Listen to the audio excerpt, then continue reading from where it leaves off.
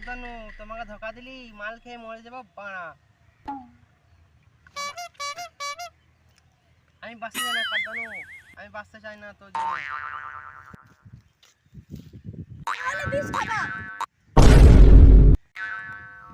তাহলে মরবি শিওর। আমি স্পাইডার জেডি, আমার জেডি থেকে খারাপ আমার মাগি, আর আমার মাগি থেকে খারাপ আমার মাগির বেস্ট ফ্রেন্ড। ওই শাওলে কিন্তু আজকে আমাকে এই বলে যে আসতে লুক।